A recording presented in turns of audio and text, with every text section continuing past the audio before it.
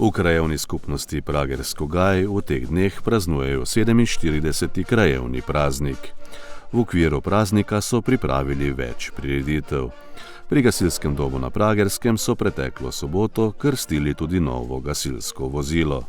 V imenu krajevnega skupnosti KS Pragersko Gaj lahko pragerskim gasilkam in gasilkam samo pričestitam ob ogromni pridobitvi, tako za kraj kot za občino, kot za gasilsko zvezo. Namreč otvoritev danes novih garaž in pa novega vozila, to je ogromna prireditev. Počaščeni smo, da so pragerske gasilke in gasilci predali to v svoj namen ravno ob krajevnem prazniku.